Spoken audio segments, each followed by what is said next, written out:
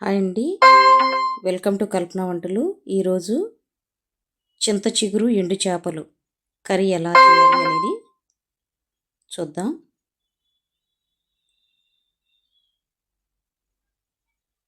ఆయిల్లో ఉల్లిపాయ ముక్కలు వేగిన తర్వాత అందులో టమాటా ముక్కలు కూడా వేసి వేయించుకోవాలి.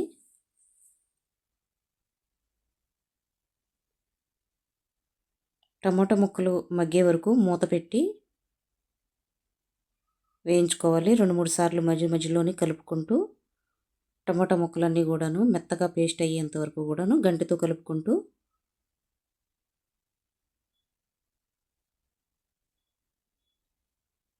మెత్తగా ఉడికించుకోవాలి.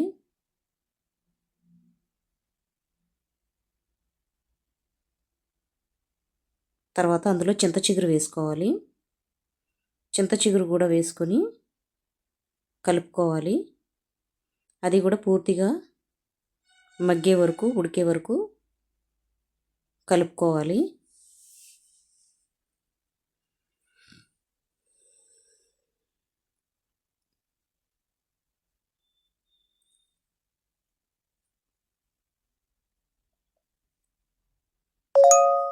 తర్వాత మూత తీసి అల్లం వెల్లుల్లిపాయ పేస్టు 2 స్పూన్ల వరకు వేసుకుని అది కూడా పూర్తిగా వేగే వరకు వేయించుకోవాలి.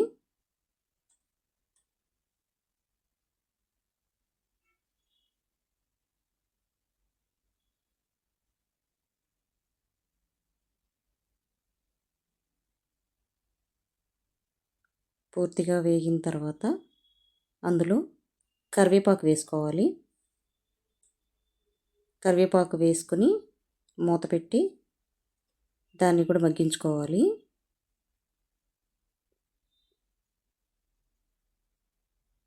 తర్వాత అందులో జీలకర్ర పౌడర్ వేసుకోవాలి.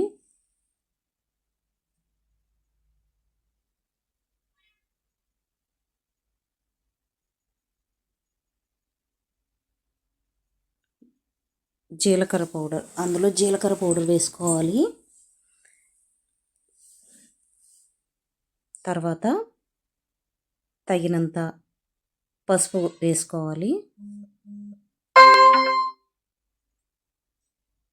పసుపు వేసుకున్న తర్వాత తగినంత ఉప్పు వేసుకోవాలి. ఉప్పు వేసుకున్న తర్వాత తగినంత కారం వేసుకోవాలి. కారం కొంచెం ఎక్కువగానే పడుతుంది.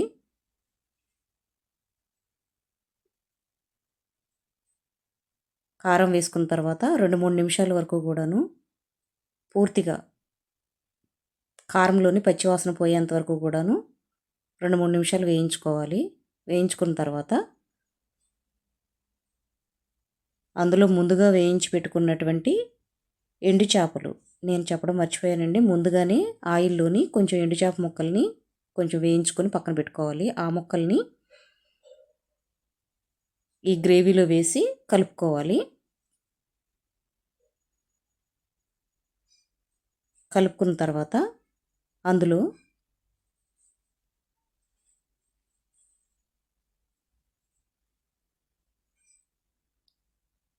చేప ముక్కలు మునిగేంత వరకు నీళ్లు పోసుకోవాలి.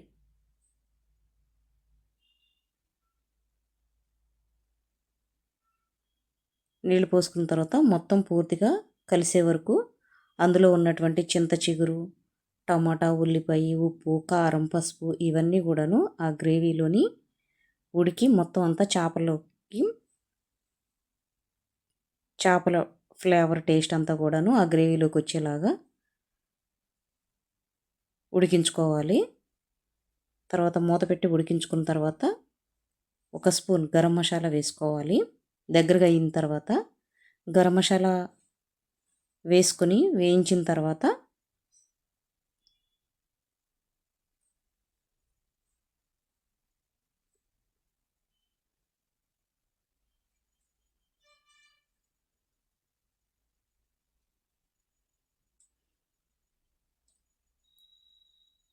ఉప్పు, కారం అవన్నీ సరిపోయే లేదో చూసుకొని చెక్ చేసుకున్న తర్వాత కొంచెం ఫైనల్గా కొత్తిమీర వేసుకోవాలి.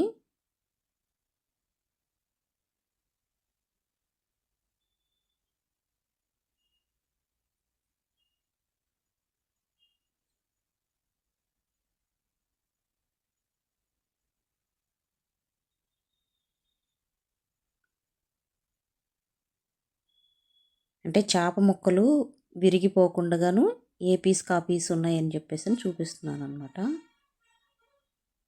కలపకుండా నీళ్లు పోసిన తర్వాత మగ్గించుకోవాలి. కలిపినట్లయితే చేప ముక్కలు విడిలిపోతాయి అన్నమాట, ముళ్ళని బయటకు వచ్చేసి. ఆ విధంగా అవ్వకుండాను నీళ్ళు పోసిన తర్వాత మూత పెట్టి మగ్గించుకోవాలి. మగ్గించుకున్నప్పుడు ఈ చేప ముక్కలు మెల్ట్ అవ్వకుండాను విరిగిపోకుండా ఏ ముక్కకు ఆ ముక్క విడివిడిగా బాగుంటుంది.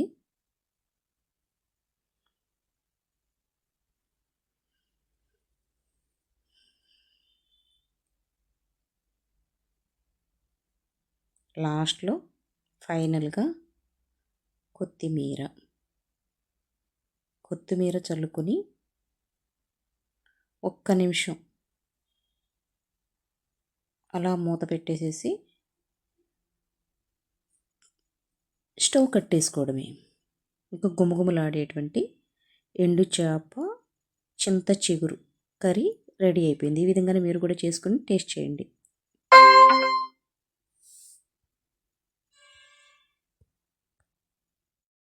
చూస్తున్నారు కదండి, ఎంతో టేస్టీగా ఉన్నటువంటి ఎండు చేపలు చింత చిగురు కర్రీ రెడీ అయిపోయింది. ఈ విధంగానే మీరు కూడా చేసుకుని టేస్ట్ చేయండి. ఈ వీడియో కనుక మీకు నచ్చినట్లయితే లైక్ చేయండి, లైక్ చేసి షేర్ చేయండి. మరిన్ని వీడియోస్ కోసం ఛానల్ని సబ్స్క్రైబ్ చేసుకోండి.